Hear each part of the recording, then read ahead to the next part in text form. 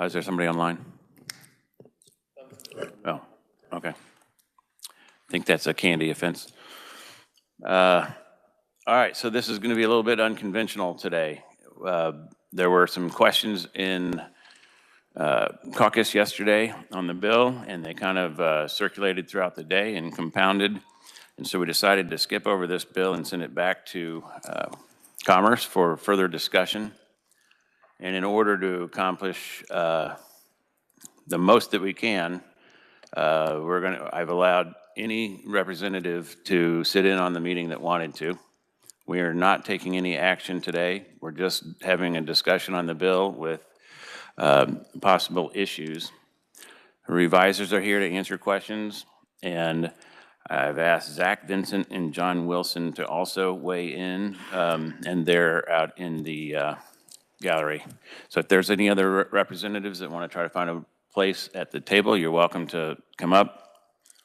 If there's not enough room, then just raise your hand and I'll call on you.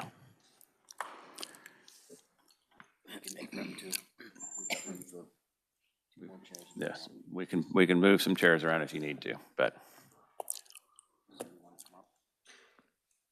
there's room over there. All right, good enough. All right, so we're just going to start out by we'll call on the non-members first. That if you have any kind of a discussion point on the bill, does everybody have a copy of the bill in front of you? Or can you pull it up? It's in the S drive. It's also on the state website. Any discussion? Who wants to start out? Representative Steele. Mr. Chair, thank you so much for this opportunity. I truly, truly appreciate it, and thank you to the rest of the committee members for being here. I also want to thank the chair and vice chair for listening to me yesterday. It's greatly appreciated. I do also want to note that I thank you for your years that you have been trying to solve this problem, so thank you. The first couple concerns that I have are trying to understand on page 1, line 28, and then page 2, line 11, why is there a higher degree needed for more children? That's confusing. What makes the difference of the 23rd student and child versus the number 25? And so I guess I would just like some answering of why that is.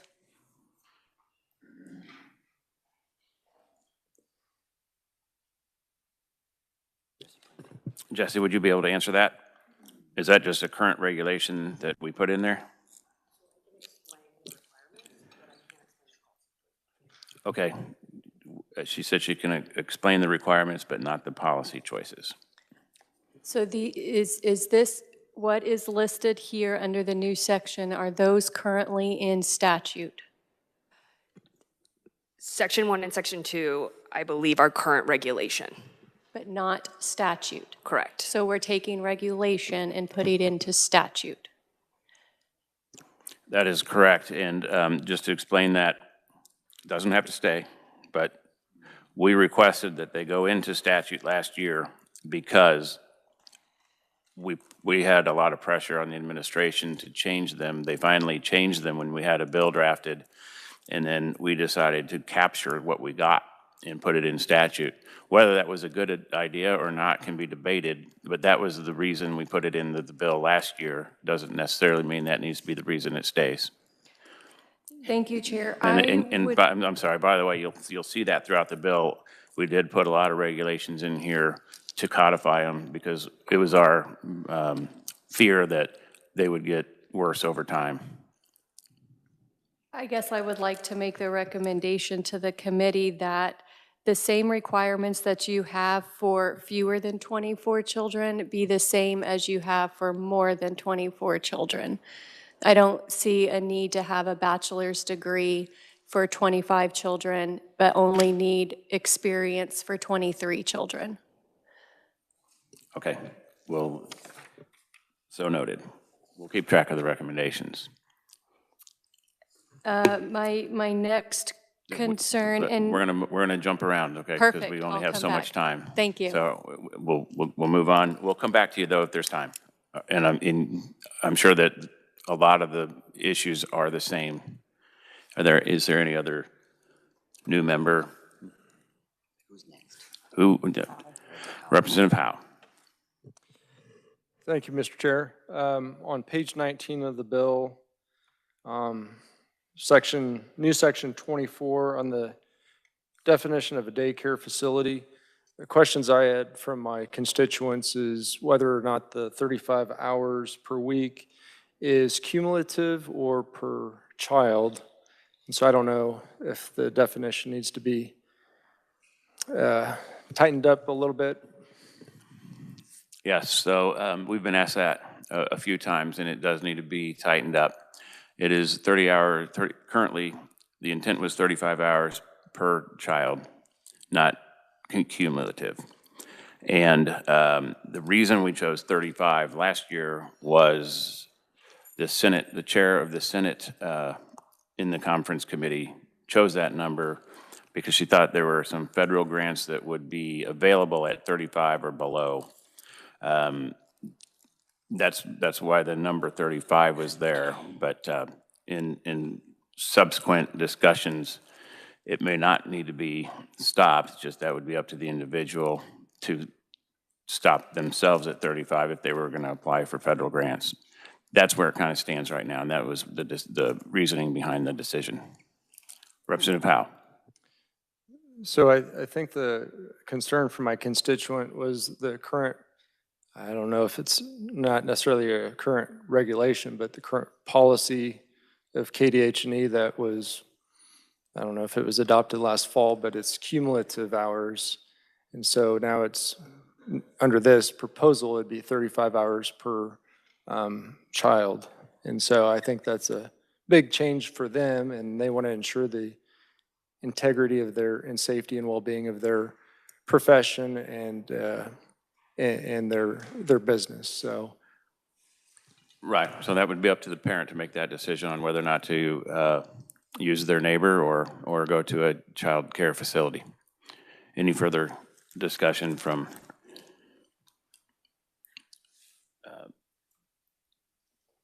who was it? Representative Esau, do you have a question? Thank you, Mr. Chair, and yes, thank you for holding this discussion time for us so we can bring up our concerns. So mine might also be for Jessie because I know that she's dealt with this for us in children's a lot. The part about the child care and how many children and how many hours, is all of that at the moment just policy? It's not in statute? Am I correct in that, or has some of it been put into statute in the last couple of years? So there's nothing in statute regarding a 34 hours per week and providing care to those children that you see on that page 19. There's nothing I know of in statute that says 20 hours or 35 hours or 40 hours, and I can't find a regulation that says anything like that either. So that would be an agency question eventually. Zach?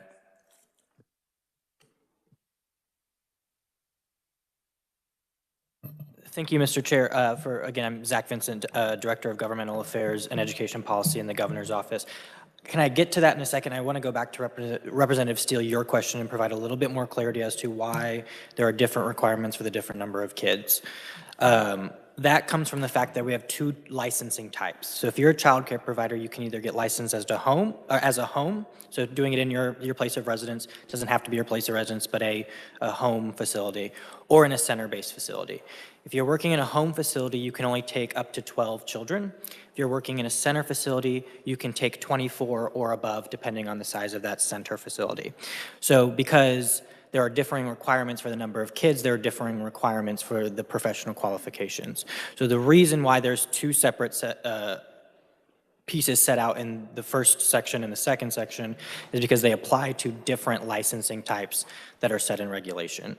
So we are not trying to be overly onerous to say to a home provider, you need a bachelor's degree, but to a center provider that they don't. The reason why center care is required to have a higher level of degree is just because you're having a higher number of kids.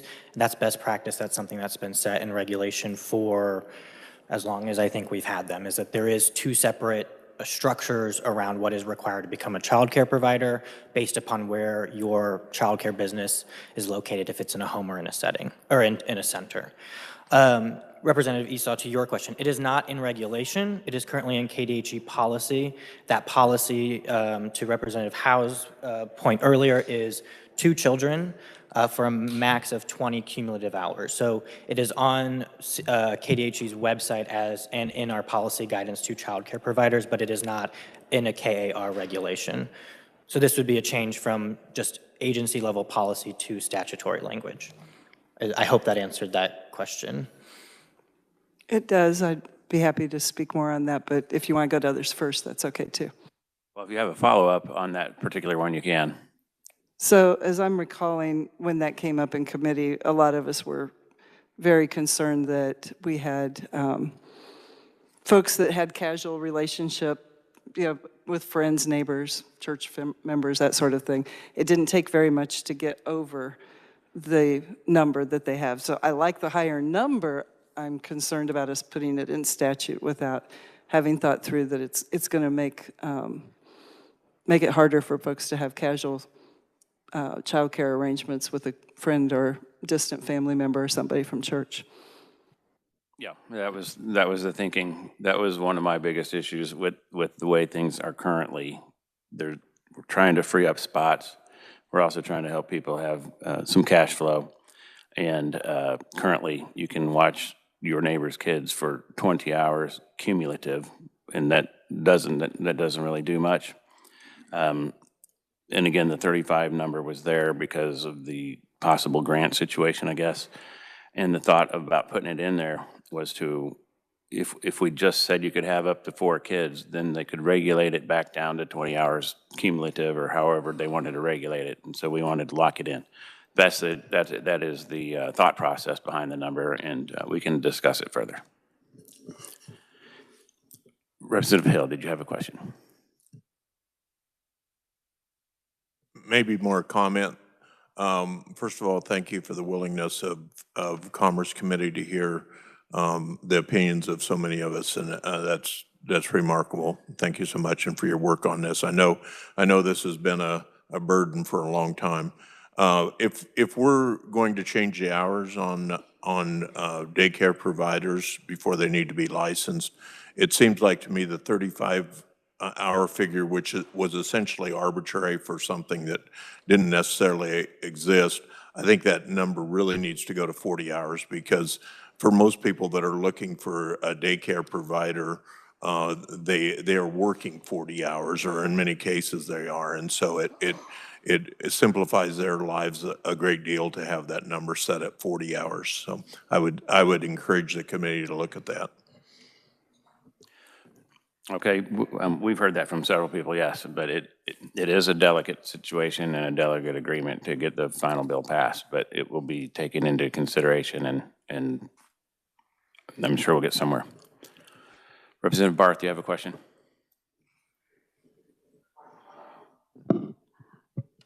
I have like a list of things, so I don't know where all you want me to start or go through. Start at the top with one that hasn't been discussed. Okay. I guess I'm going to bring the perspective of, I've sat on the Social Services Budget Committee the previous 2 years, and we talked a lot about, child care for kids. I'm a working mom. I was raised by a mom who offered in-home daycare. It makes me wonder what happened to the days, where people could just watch kids full-time in their home, and did so on a regular basis and had 0 of these regulations in place and had the flexibility of running a business. I've also been a working mom. I have used in-home daycare. I've used after-school kind of institutional daycare as well. I have sold Section 125 FSA plans that allow for childcare deductions, which I think is one of the things we could do as a committee, is send a resolution to the congressman saying, open up the IRS Section 125 code and double that, tax deductible information. So I'll just kind of start down the list and you guys can go from there. All right, one more and then we'll call on somebody else. Okay, so forming the office of the Kansas Office of Early Childhood is not something that I see as a way, I just see that as a way for them to further grow rules and regulations and create some roadblocks for families to get the child care. 18 years of age, that requirement, I've used kids that are younger than 18, for children before, and they often are, they're hired by schools for after-school care. And that is an age that's just pretty old when they need workers and they need help with these kids. I think the associate's degree was already mentioned. Can you tell us where that is? Can you tell us where that is? I think it was it was like a list of requirements. Let me see here, scroll down. Yeah. Let's do a control find. All right, page 1, line 30. All right, thanks. We'll note it. Okay, All right. thank you. Let's see. I I'm think going that to move on to the next person, Okay, Representative Brantley. Thank you, Mr. Chair, and again, thank you for allowing us to be here. Representative Barth kind of caught my first one of making sure we're not growing government and having that additional office. But along with that piece, as these areas are blended, to make sure that we are efficient and not duplicating our work, that those alignment of policies from one area to the other are streamlined there and not repeated.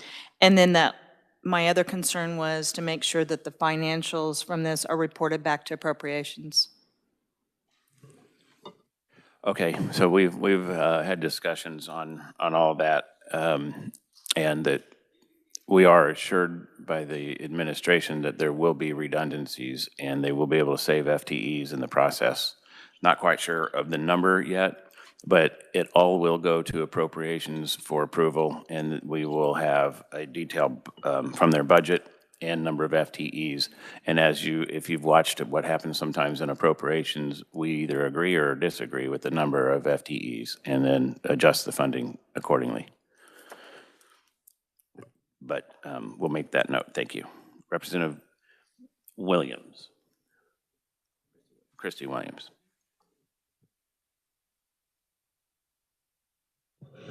Sure. Thank you, Mr. Chair. And I do appreciate the opportunity to take another look at this. So, of course, one of the concerns was the growing of government and what can we do to reduce it a little bit. And so in some discussions, we have talked about maintaining the office, but reducing it and keeping it under the DCF, taking away regulatory authority and maintaining that with DCF. But it still would be something that would be appointed by the governor, and it would still have some movement of positions. It also would encompass daycare and the children's cabinet. So if you notice on page, I believe it is 13 of the bill at the bottom, there's a large list of programs. Now, these programs that are directly related to daycare would be included in statute, but in reality, these programs don't exist in statute. They're just things that we fund. So for example, if you go to page 14, there's the Imagination Library. I would just delete that from statute. It's something that's part of the children's cabinet, and they're gonna maintain it. We're not gonna take that away, but it doesn't need to be placed in statute. So that's one of the things that we wanna do, is not put programs in statute that don't necessarily need to be. They can still be included. Another thing, the regulations. This was a big thing that our chairman worked on. And the idea was to really safeguard and put some guardrails around certain regulations. And we touched on one already, and that was an important one. And so that one would stay. But other regulations, they go on for pages and pages and pages. And we are putting into statute really little minute details that we may or may not agree with. So the suggestion is to strip out all of those regulations that are not fundamental, not absolutely necessary, remove them, allow the current administration to maintain those regulations as they see fit with the guardrails that we choose, and take them out. The next administration can do the same. They'll have the guardrails in place in statute, remove them. But for those items that are of utmost importance and are the reason that we're here, those would stay. So just as an example, on page 1 through 5, we get into a whole lot of details about program directors and lead teachers and assistants. I think we can summarize that into perhaps a paragraph, maybe 2, that put the guardrails, but strike all the rest. That the program director, I don't mind the program director's 18, and that's a graduate of high school. So that's kind of what we're doing, is we're trying to reduce that so that we don't, there's a balance between regulations and not regulations in statute. You would not want the thousands and thousands and thousands of pages of regulations for every department in this. And what we're seeing is the effect of moving too far the other way. We can keep the safeguards that we need.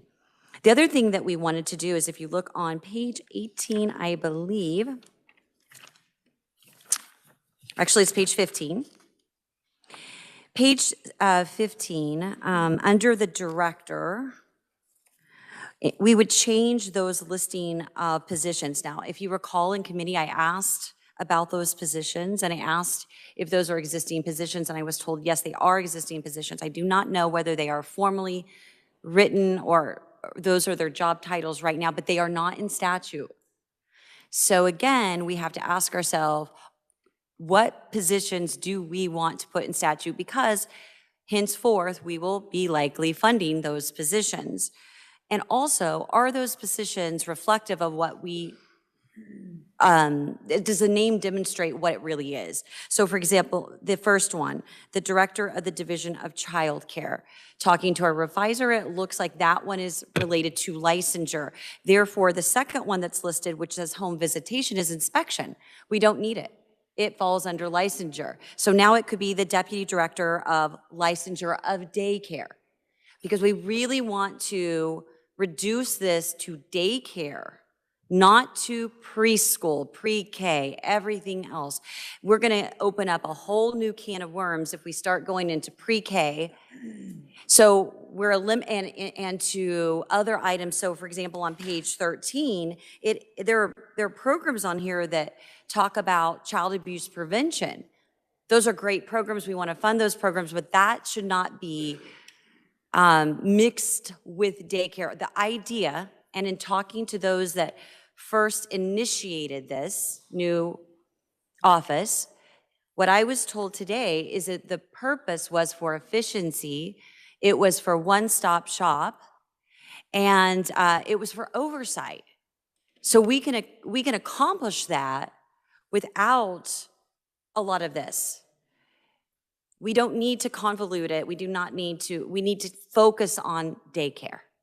So that's what we're going to do, is focus on daycare. So with that, then, if you're back on page 15, the first on line number 9, it says the Director of Home Visitation. That we could strike it. We don't need home visitation because inspections are part of licensure of daycare. And so we're going to really be specific. The next one, Head Start, we're going to strike it. Head Start is a federal program. We already fund it. We don't need to put it in statute. It can be part of this. There's nothing that would prohibit this office from necessarily touching that, but we don't need to declare it. And by the way, we would remove division of. This is not an agency. This is an office that should be in a department without the rules and regs. And then the next thing, we would add something that wasn't really mentioned in this bill that I could find. There was an appeals process for licensure, but there wasn't really an appeals process for if there was a complaint from a parent or a provider. And so looking at other states, by the way, only 6 states have this office right now that I could find. But there was, so that can remain, but there wasn't a one-stop shop place for complaints and concerns. And so we want to create an advocacy position, that would be in statute. Because I think that is one thing that everybody can agree on, whether you're a daycare provider or you're a parent, you need to have someone that you can go to. The last thing that I would mention, thank you, Mr. Chair, for allowing me, is really removing a lot of the items in here that talk about education and communication and those types of things, and get back to the root of it, which is it's about oversight and efficiency and making sure that resources are available. And so we have written, let me see, one of the requirements of this agent, or not this agency, sorry, this office would be for efficiency, and that would include, I went to investigating, sorry. I want to read this part.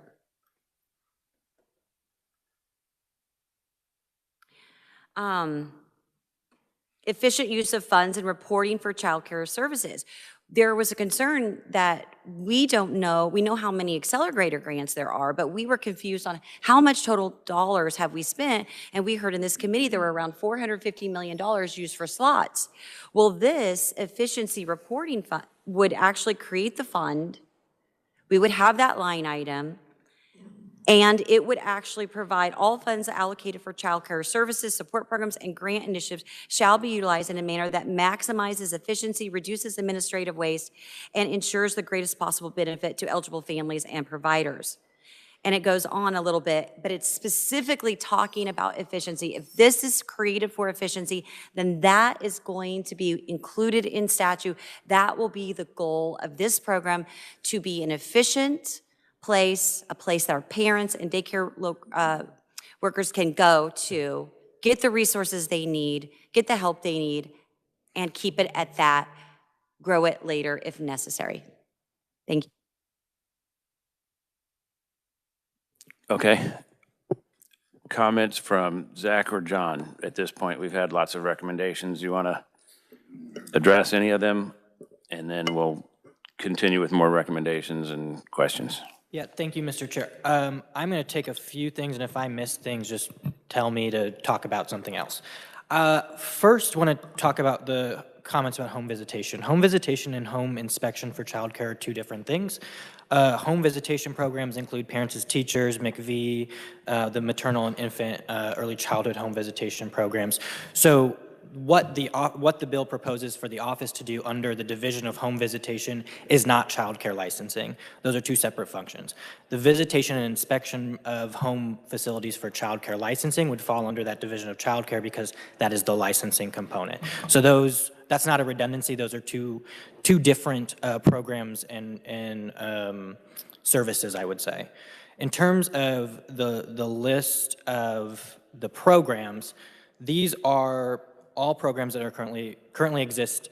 Some of them, to your point, are correct, are in statute. Some of them are funding requirements of the Children's Cabinet or different state agency functions that are spread out between the four right now. So you brought up, let me make sure I'm getting the community-based child abuse and prevention. That is a statutorily required funding stream that the Children's Cabinet pays out every single year. So the specific reference to that on page 13 is to make sure we are specifically outlining in the legislation that as all of these programs and funding streams come together, that one is caught up in all of this braiding of all of these programs.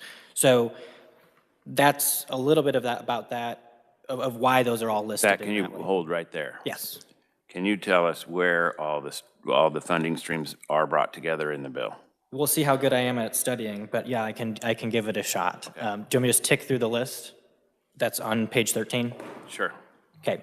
Child care assistance is at DCF. That is the main source of federal funding, the main source of the vast majority of all child care funding that exists for the state. We're about $120 million this year. That is variable depending on what the federal government funds. So that is at DCF. What does that include? That is just the subsidy program that goes out to families who are meeting the requirements of the HOPE Act and other statutory requirements. So that is purely the funds that go from the state onto an EBT card just like SNAP or TANF or any of those other programs. Okay. B, the Children's Initiative Fund grants and Early Childhood Block Grants. That is one of the funding streams of the Children's Cabinet. Daycare facility licensing, youth development programs, school-age programs, and early youth care programs. That is what we call the CCL, the Child Care Licensing Division at KDHE. The next one, Children's Cabinet Accountability Fund, that is the Children's Cabinet, that's a line item that comes out of their fund. Childcare quality is at DCF, that's hand in glove with the Child Care Assistance Program. The federal government requires not only that we pay out a certain amount of money in child care assistance to families who qualify, but also that we have a system of quality to ensure that the care that's being provided with those dollars is up to the standards that the federal government set. So if you ever hear of links to quality, that's one of the terms that is used when we're talking about child care quality. Community-based child abuse prevention is another line item and funding opportunity at the Children's Cabinet. The Child Care Capacity Accelerator grants is at the Children's Cabinet, and to Representative Williams, to your point, this is probably one that could be struck from this list, considering that program is federally funded and there is no more money coming into that program. We just put it in here for clarity to ensure that the compliance work that the Children's Cabinet is doing to push all the rest of that money out the door that is not fully accounted for yet is caught in this list. Children's Cabinet Administration, again, another line item there at the Children's Cabinet. The next two, the I and J, Early Childhood Infrastructure and Early Childhood Integrated Data Systems, is at the Children's Cabinet. Again, another two line items that they fund. The Head Start Collaboration Office, and Representative Williams, I missed this when I was talking about the divisions. That is an existing office that sits in DCF. It is required by the Federal Head Start Act that we have a state-level coordinator that is working on that work. That is primarily federally funded, given that comes down from the federal amount of grants to the Head Start program. So that is something that is federally required, currently sitting at DCF. Healthy Families America, there's a home visitation element to that. That is at DCF. I have a nice chart, by the way, with all this I can share afterwards. It'd been easier than me running through them. I should have mentioned that at the top. Early Head Start, so M&N, Early Head Start, Home Visitation, and Early Head Start Child Care Partnership. Those are through the Head Start program. Those are both at DCF. Imagination Library is at the Children's Cabinet. Maternal and Child Health Home Visitation and MCV, Maternal, Infant, and Early Childhood Home Visitation, P and Q, are at KDHE. Parents as Teachers is at KSDE, that's another home visitation program, and the Preschool Development Grant for Children birth through 5 is at the Children's Cabinet. And Jesse, correct me if I'm wrong, but these are in alphabetical order, so that's why they kind of jump around between all the agencies. Okay. Representative Williams? Sure, I really appreciate the overview. So can you just clarify on the first one, child care subsidy, that would be the SNAP and EBT card. It's not for the daycare services. That's the quality one, correct? So we're getting in the weeds, so I'll try to do this as simply as I can. They're tied together. So we get a grant from the federal government of funding for child care assistance or child care subsidy, whatever the term we want to use. 70% of that has to be used on direct payment to families. So the amount of money that the families qualifies for under the guidelines that we put on the card for them to pay their child care provider each week, each month, whatever their terms of that are. That is what we're calling assistance. There's 30% that we can use for differing purposes, discretionary. Some of that 30% is required to go to what is called quality or links to quality, which is a system that we use with child care providers to look at the quality of the care they are providing, measure it in terms of compliance with what our federal standards are that come down from the federal government, and then working with them to increase that quality so that the funding that is coming from the federal government is going to programs that are complying with the quality requirements that they put in place. Okay, and I can ask other questions to him later. I will clarify that this list, again, if something is required federally, it doesn't require it to be in statute. If it's with the children's cabinet, it doesn't need to be listed out. It's just going to be part of their fund. We keep the children's cabinet fund together. When we look at it, we don't need to have it item by item because some of these items may not exist in the future. And the capacity accelerator, you just strike the part that says capacity accelerator and just leave it as grants so that it would be all encompassing for any other future types of grants. So it's not as if I would like to strike these from the Kansas budget. I'm just saying if they don't directly relate to the child daycare or they don't directly relate to the children's cabinet, then they shouldn't be in there. And if they directly relate to children's cabinet, it's redundant to have them listed. They don't need to be all listed. So that would be my point. And then my last point on the home inspection is that's interesting, perspective on that. But I think that then comes to a policy question. Do we need a deputy director to do what we already have for parents as teachers? They could hire someone without us putting that in statute. Representative Osmond. Thank you, Mr. Chair. I'd like to, if I could, address a concern of Representative Williams. She had mentioned that there are things that are in this bill right now that could more likely go into policies and procedures or administrative rules and regulations. And I would say that is an argument and a question that we can be discussing here. But one of the things that I would say that I would argue against that is HCR 5008. That is the resolution that we passed in the House 2 weeks ago, 86 to 37. And if it goes through the Senate, if it goes into the will of voters and comes into the Constitution, it will allow that we as representatives can revise or revoke administrative rules and regulations or any portion thereof by adoption of concurrent resolution. So for me, there are reasons that we would put more information into this. Number one is because it specifically addresses what is the will of the legislature at this time so that we can have that in there. The other part is that, so it's not as easy of administrative rules and regulations that we might move out of this bill into the early childhood education department to be rolled off at a whim from some future legislation just by adopting a concurrent resolution. So that's, I think, why we have more detail than less in here.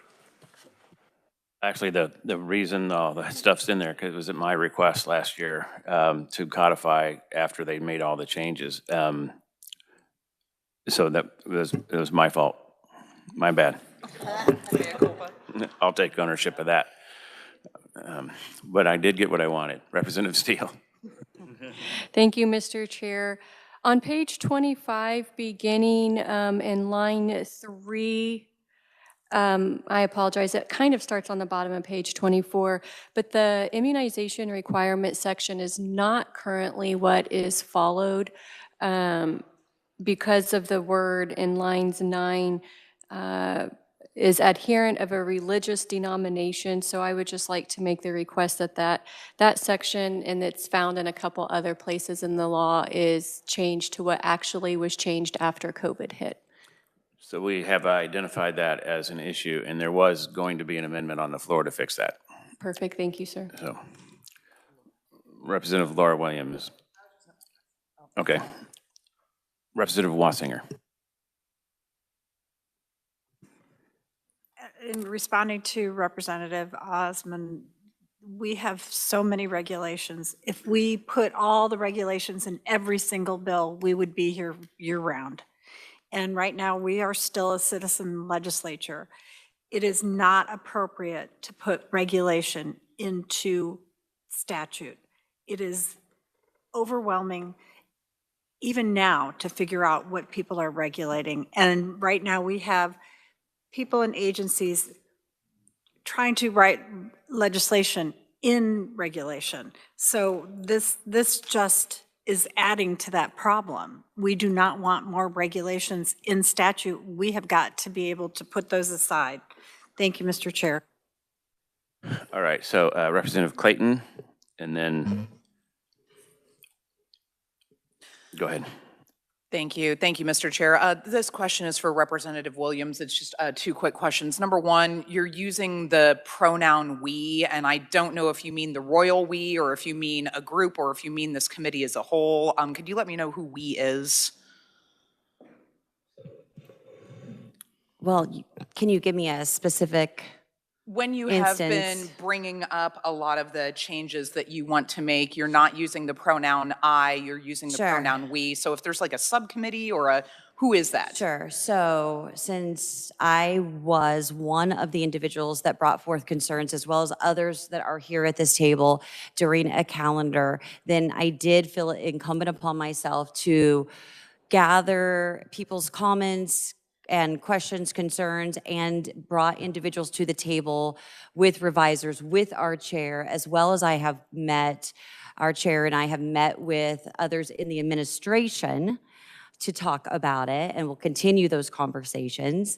So those individuals, many of them are sitting right here, so that's why I say we. I never have ever desired to do something unilaterally. I am one member of 125 and will always try to bring people together to solve problems, and that's what I've done, and that's why I said we. Okay, cool. Thank you. I just needed that pronoun clarification. And then the other question that I have is that at one point you mentioned striking the Imagination Library. Do you mean striking it entirely? Do you mean moving it to a different department? Do you mean striking the funding? Thank you, Mr. Chair. So as I've already said, that is part of the Children's Cabinet. When you have a program or even a position, you don't necessarily need to put it in statute. Actually, I think it's pretty important for us not to put things in statute. Programs come and go over time, and once you do put it in statute, it's either going to be forgotten and just be an empty shell in statute taking up room, or it's going to be funded indefinitely, and I don't think that necessarily that's appropriate either. So no, this has nothing to do with eliminating Head Start. It has nothing to do with eliminating the Imagination Library. It has everything to do with those items that are currently already funded or in a agency or are in Children's Cabinet. They do not need to be outlined here. The Children's Cabinet, per the comments that I made, would still be included in this new office. So therefore, any funding that they approved by the cabinet would also be in it. You don't have to outline it. All right, I would caution the members of the committee to be aware of the fact that Imagination Library is a Dolly Parton program. She's very popular. Be careful when you're taking that vote. The public will not support it. I think she just said she's not deleting the program nor the funding, just not putting it in this statute. So free vote as you wish. And thanks for clearing up the pronouns, because you never know what the heck anybody's talking about when they say a pronoun anymore. Representative Brentley. Thank you, Mr. Chair. I think this kind of aligns with what was just said is, you know, when we look at some of these programs like Parents as Teachers, I know we use those in school also. So I would caution that some of these programs are over in KSDE and used in schools. And if you're wanting to put this in a new office, there might be an overlap there of concern that there may be a separation, like the Imagination Library. Those books are sent to kids at school too, so they're involved in public schools. So I would just caution in that. Thank you.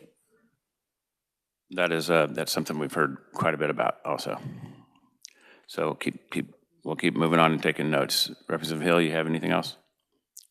Nope. Representative Steele. Representative Esau. Anyone on the committee? Representative Laura Williams.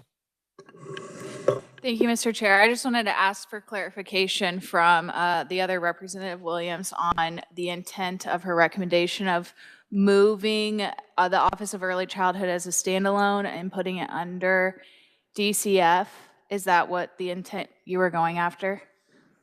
Representative Christy Williams. Yes, so what we've learned, and we're gonna get some more information on this, many of the federal dollars do flow through DCF. We just heard Zach talk about some of those federal dollars that come through and flow through DCF.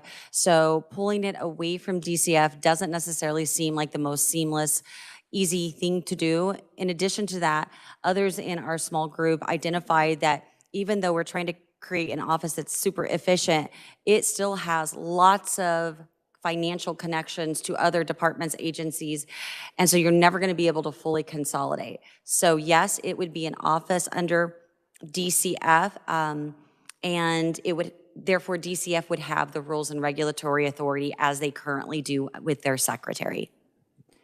Mr. Chair, if I can just ask one more follow-up, is that okay? Yes. Okay, great. We're trying to avoid a debate today, though. We're just talking Oh, about. no, I was just Okay, asking yeah, for okay. Go ahead. a clarification. Go ahead, yeah. Okay, so if we move it under DCF, Zach, do you mind coming up? If we move it under DCF, where an agency that, you know, oversees child abuse and taking kids away, would putting the Office of Early Childhood be a good idea in removing that rules and reg authority? First, if I can step back for just one quick second and provide some more clarity on what DCF does in this space and how it's set up. DCF does receive the funding from the federal government. That is a state policy choice. Every state does it differently. So that funding source can be moved with what we call, and similar into the Medicaid space, a state plan amendment. So under this bill, DCF would no longer be taking that money, drawing that money down from the federal government. That would be the function of the office. Additionally, DCF does not have the regulatory authority over child care facilities. That is something that KDHE does through a funding agreement. So to the point about efficiency and moving money through these different agencies, you're correct that there's no clean split on all of this unless it was bringing everything together in a kind of bigger way than what this bill does. But that being said, this will prevent the vast majority of that funding that we're getting down from the federal government from going back and forth as it currently is, because a good chunk of that goes over to KDHE for the licensing program, for the salaries of those folks who are doing the inspection. So to say that keeping it at DCF makes it more efficient, I wouldn't necessarily say that that is as cut and dry as it may seem, just because we're funneling that money now. If the licensing and the inspection functions and the pot of money that we get from the feds are in the same building, metaphorically, as this bill outlines, there's no transfer of those funds going on. So there is an efficiency there because we have to have DCF legal, DCF fiscal, KDHE legal, KDHE fiscal, working together, MOUs, documents, transfers of funds, that all goes away by co-locating these two functions together. DCF does not have, as I said, those current regulatory inspection functions as was mentioned. So that would be a new thing that we're adding to DCF. Representative Williams, I can go back to you. To your point, I think that is a conversation to have, is should the agency that is focused on child welfare and investigating instances of abuse and neglect, which will always be their #1 priority, if that's the best place for them to also be focusing on the care of children. I think that's a thing that we can talk about and debate. I think our agency or our administration's position on that specific is that that specific piece is that we have that right now, where there is no one in state government whose 100% mission every single day is talking about childcare, the economic impact of it, supporting providers.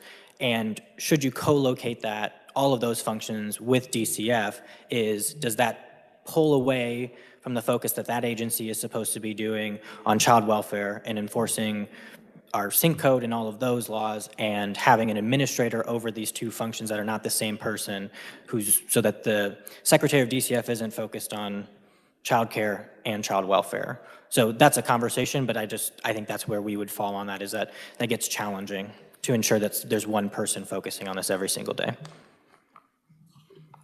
I have a follow-up for you on that. So if we were to take all of these functions, put it in this office,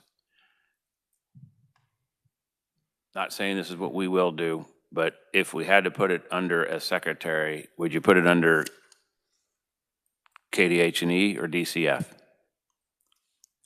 I don't want to speak to answer that question without, I'm here on behalf of my boss, and I do not want to get out of bounds on what I'm allowed to do. I think that'd be a fuller discussion, but I think to my point to Representative Laura Williams earlier is if you put it under either one of those, that whoever is the secretary of that is going to have a whole bunch of different and conflicting things to focus on. If it's DCF, it's child welfare. If it's KDHE, it's public health and environment and the functions that come with that. And so that's why this proposal kind of shutters the Children's Cabinet as an agency, and like I said in my testimony earlier, is an agency neutral position that redesigns what that agency looks like by bringing all of these things together.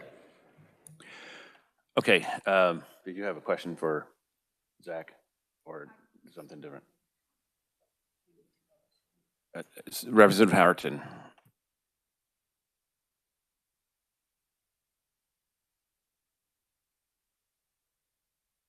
Thank you, Mr. Chair, and I was just going to stay quiet, but when you bring DCF, I just want to point out also that DCF does receive prevention first, family first prevention money, so they do handle a lot of that. It's not just child abuse and things that they're investigating. But the other side of that is that there's a big fear of DCF, losing your children, so you have to balance that as well. That's all I wanted to add. Thank you. Representative Wassinger. Thank you, Mr. Chair. I think it's a fundamental disagreement about starting a brand new agency. If we combine things and we put it in the same place, most of the functions, it's not going to be made better by inventing a brand new agency and have all these FTEs, which we know it will, because that's just the function of government at this point. They just keep growing.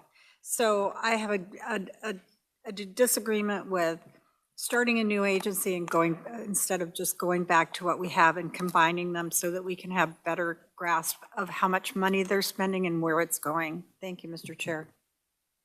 Representative King.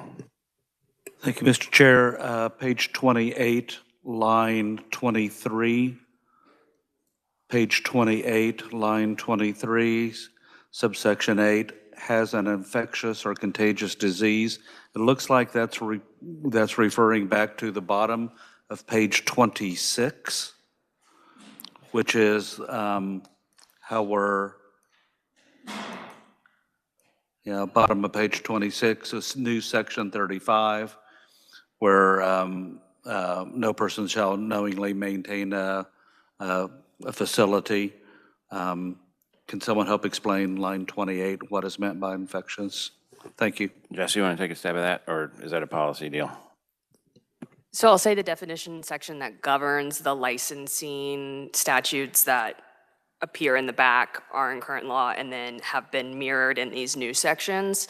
That definition section, as far as I know, does not define infectious or contagious disease. So that would, with no definition, be up for agency interpretation. Representative King. Thank you, Mr. Chair. That's all. And Jesse, is that in current statute or is that a new current statute? Okay. Representative Clayton. Thank you, Mr. Chair. This is just a clarification question. I can't remember who brought it up, but there was an amendment discussed regarding page 25, lines 8 through 10, regarding immunizations. What amendment would that be? Okay, so it is not my amendment. It is another member's amendment. I'm aware of it, but they cannot talk about an amendment under attorney-client privilege unless that individual lets them talk to you about it. So I don't know exactly what the amendment wording is. Would anyone like and the person that told me they were bringing the amendment is not in this room. Okay.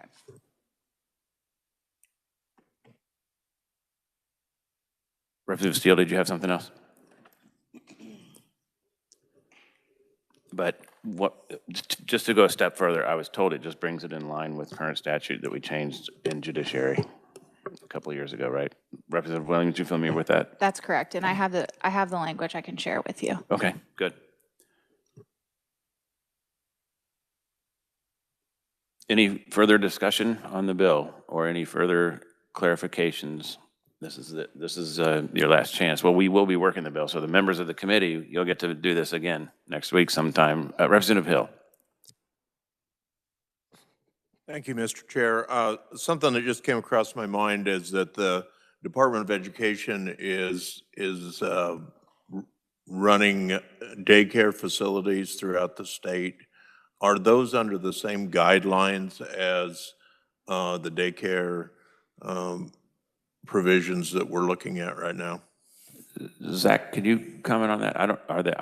I know that there are daycare facilities like drop-off programs and YMCA programs and Big Brother programs that operate in schools, but I'm not sure that schools operate them. But Zach, can you clear that Yeah, up? so that's a nuanced question given, and this is the messiness of the statute. If you're referring to like a traditional child care for 0 to 5, is that more what you mean? If I can ask a clarifying I'm question. referring to a traditional daycare. Yeah, okay. Yeah. Yeah, so there's many school districts that do that, and most of that funding, I can't speak to where that funding comes in, but they are regulated as any independent standalone daycare or childcare center would be. So should your town have one that's operated by a USD or one that's operated by a nonprofit or a private entity, those are regulated the same, assuming they have the same number of children and all of those second order and third order effects are adhered to, but they are regulated under the same regulatory structures that we use for a center that might be private. Okay, thank you. Yep. Representative Christy Williams, I think, Zach, you might want to stay there. Thank you. I just had a question about that. So when we're talking about the schools, I should know this answer, but I really do not. And if I'm looking at the annual report for the Children's Cabinet, and it has many school districts listed and they are receiving grants for daycare, maybe John or someone can help us understand. Reno County, 280, District 285, 425, there's USD 450, USD 445, it's on page 34, 32, 33. So as we're trying to think of the structure, and if the committee does make changes to this bill, and we keep the Children's Cabinet intact, and we look at the school children's programs, are these daycare facilities? So I can get back to you on the specifics because this is more of a Director Rooker question. But this funding is coming out of the Early Childhood Block Grant, which is CIF funds. So I can't speak to specifically what at each of these school districts those are going towards funding, but to my knowledge, they are in these, it is funding things in the 0 to 5 space. So should it be a school district run childcare facility, that is possible. There could be also differing or other services that those funds are going towards. I would say these are reviewed each year by the Children's Cabinet and voted on through their grant making process. So I would assume there is documentation as to what's in those grant applications for each of those specific school districts, but all that funding is non-SGF, CIF tobacco settlement dollars.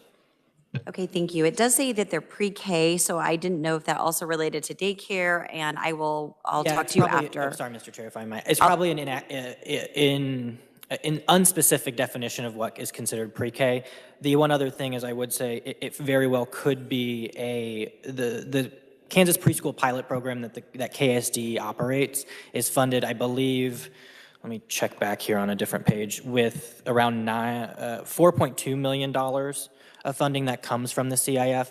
So I don't believe that's the same thing, but so all that is to say is there is multiple ways that school districts are receiving funds from the Children's Cabinet through the CIF, whether if it's through the Early Childhood Block Grant, which is generally more focused on that 0 to 5 space, or if it's through that funding that goes to the pre-K pilot program.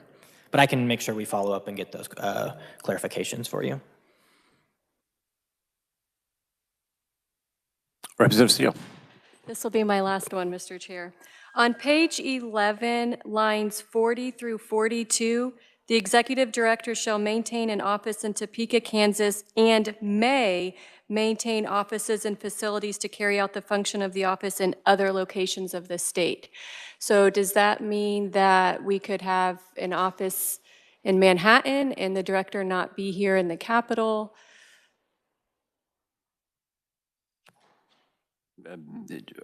Either Jesse or Zach. We'll start with Jesse. Sure.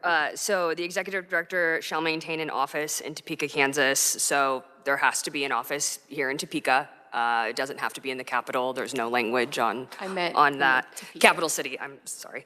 And then they have the option to maintain offices and facilities in other places in the state. So there could be an office or facility in Manhattan or in Dodge or in Wichita or something like that under this language.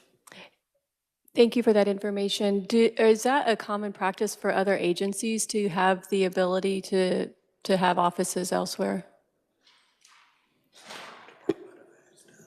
I do know that there are regional DCF offices that operate in different regions throughout the state, but I may defer to the agency for more information. Highway Patrol, Department of Education. Zach, do you want to? Yeah, I can speak to that. I would say almost every state agency, let me not speak in totalities. Many state agencies have multiple offices. Most of those are headquartered here. This is a relatively boilerplate language that we, in crafting the legislation, found in the statutes that organize other state agencies. So this is relatively similar to those. To the chairman's point, and Jesse's point, DCF is the one that has many regional offices. This would not probably, this I think is here just for flexibility. I don't foresee a real reason why there would need to be regional offices for this purpose, especially considering we have agencies that have regional offices. We can partner to make sure that we're not building, renting or leasing new spaces. But should there need to be representation out west to do childcare inspections, this would allow those any of those inspectors or folks who may be stationed out there to be working in a state facility. Department of Commerce has many of these. It's a fairly common practice for state agencies, but I would just say at this point in time, we do not see a need for them to have any standalone office outside of the city of Topeka.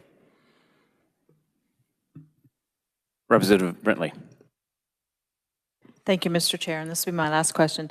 So I hear the preschool being funded through some of the organizations of the Children's Cabinet and the preschool project.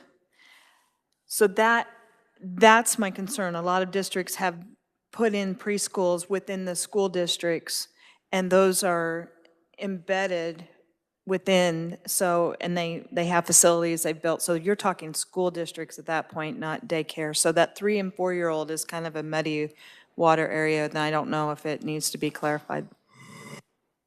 Zach.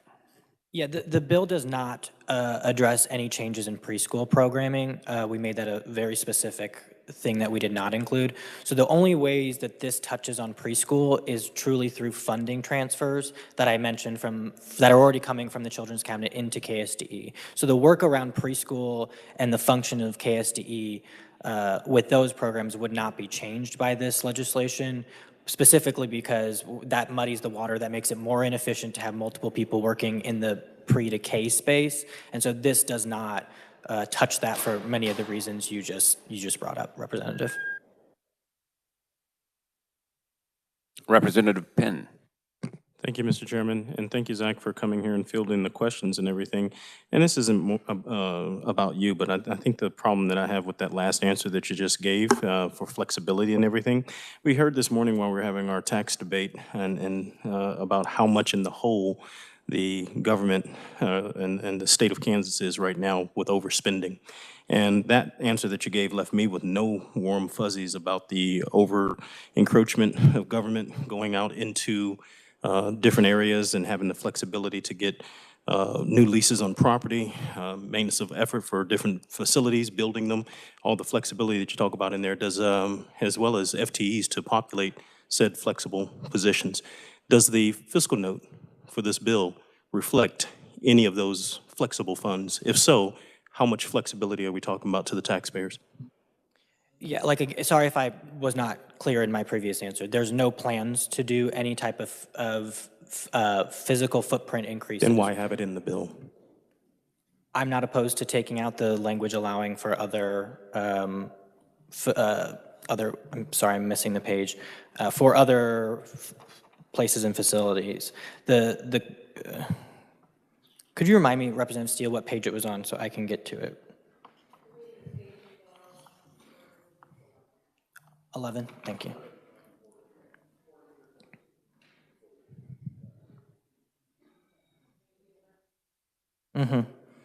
And Mr. Chairman, while Zach gets that together, the basic premise of what I'm saying is that government is already too bloated right now. We're spending way too much. We're spending ourselves into oblivion.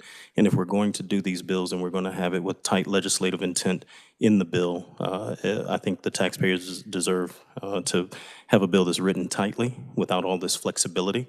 To have more and more expansion of government and all of the necessary accoutrements that goes with that. So I would not be in favor of having that language in this bill. Thank you. Yeah, so that specific item had been previously discussed before you got here.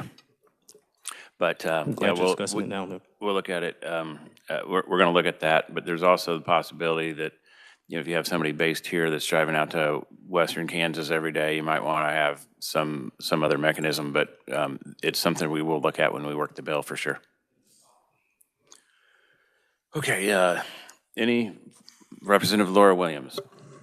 Thank you, Mr. Chair. I was just going to ask Zach if he could quickly explain the changes to the cabinet board. The Children's Cabinet Board? Children's Yeah, Cabinet. let me get to my sheet on that, make sure I keep all of it, or get all of it correct. There is a significant amount of change that this bill does to the membership of the Children's Cabinet Board. I'll do it off the top of my head, Jesse, and then correct me if I miss something, please, because I can't find my section. First, it adds 2 new members to the voting. Thank you, John. Look at that. Adds two new appointments to the voting members of the Children's Cabinet Board. One that is appointed by 36. The section starts on the page before it, though. So the 2 new members would be appointed by the Senate Majority Leader and the House Majority Leader. The bill also requires all legislative appointments to be members of the legislature. Under current law, there is flexibility for legislative leadership to choose if that is a private individual or a member of the legislature. The chairman of the board would no longer be appointed by the governor. It would be elected by the voting members of the board. It would add the head of the Office of Early Childhood as an ex officio member of the board. It would remove the term. There's currently a 4-year term for all of those voting member appointments to the board. This would allow all members to be serving at the pleasure of the appointing authority. The governor's, that applies to the governor's appointments and the legislative appointments. I think I got it all, but I would defer to the revisers if I missed anything. At least towards the membership and voting. Looks like the reviser is nodding in approval. Did you have a follow-up? Nope, okay. Any further questions or concerns that we need to put in our notes? Okay, seeing none, any final comments from you, Zach, or John, if you want to weigh in on anything? I will get away from you all, so you have to stop listening to me. That'll be my my final comment. Appreciate the I guess I would say, appreciate the conversation. This is how we all can work better together, is having these kind of open dialogues about all these issues. John, I would defer. Do you have anything you want? Don't feel like you have to. You almost made it. Welcome to committee. If you'd like time back, I'm happy to do one-on-one conversations with individuals. John Wilson, President and CEO of Kansas Action for Children, and also Kansas Children's Cabinet Board member. I just did want to touch on in prior conversation, there was concern, or Representative Howe was here, about the 35 hours piece, and I just want to help add some additional commentary around the when something isn't required, when a person is not required to be licensed by KDHE. So we're fully clear, KDHE does not regulate home-based providers if they fall within 4 current exemptions. Those exemptions have been in place possibly since as early as the 1980s across multiple administrations. You've heard about the exemption related to the 20 hours. And again, to state it, when a child care is provided for not more than 2 children unrelated to the child care provider for not more than 20 care hours a week. The total hours determined by adding the hours each child is cared for during the week. Simple math, if you have 2 kids for 10 hours in a day, that would have exhausted your 20 hours per week.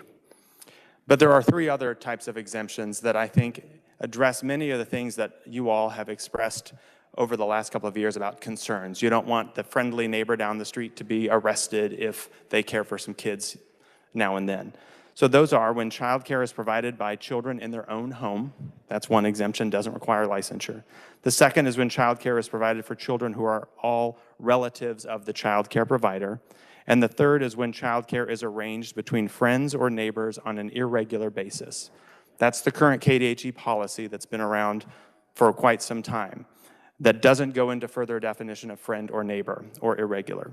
So the scenarios that I know I've heard concerns from about the mom that's trying to help out, the firefighter that just needs some infrequent care, whatever, that is all currently allowable in this flexible KDHE policy. That being said, there are very real concerns about the 35-hour language in the current bill, and those were expressed by proponents and opponents of this legislation. But I just wanted to add that additional context and remind everybody there's not a statutory definition for illegal child care in Kansas.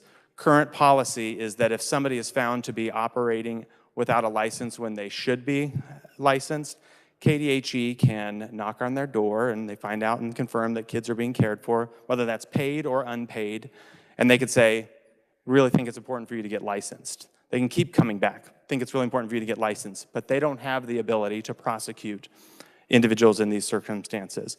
They can ultimately refer that to a county prosecutor who has the discretion to go after that kind of care that should be licensed. The threshold for licensure has been and is currently determined by the secretary of the agency in regulations. So I hope that maybe answers questions for some folks. Thank you for that clarification. Okay, so guests, would you like to say something else? Go ahead.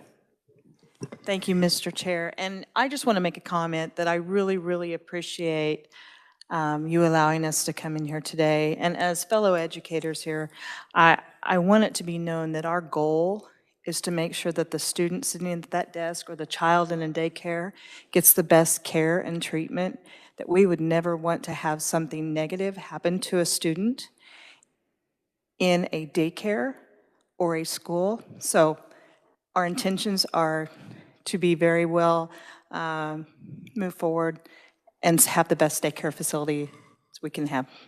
Thank you. Okay, thank you.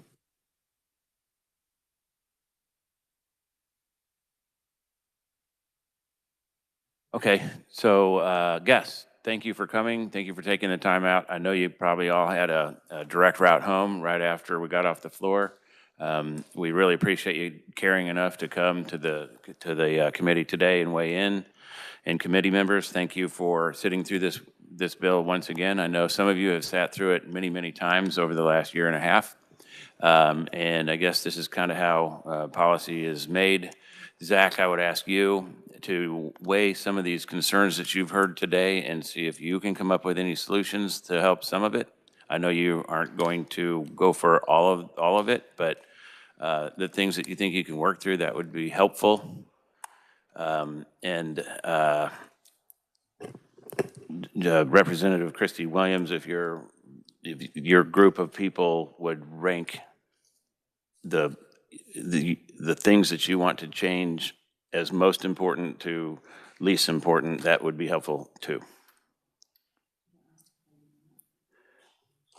Well, you'll have an amendment, but maybe it doesn't all work. I mean, nobody ends up with everything. So just the most important ones maybe separate out. Okay. I can't tell you when we're going to work this bill, but it will not be Monday, and probably won't be Tuesday because we've got a couple of bills we're going to be hearing. So most likely it'll be Wednesday or Thursday or both. So with that, we're going to adjourn. Everybody drive safely, and I'll see you Monday.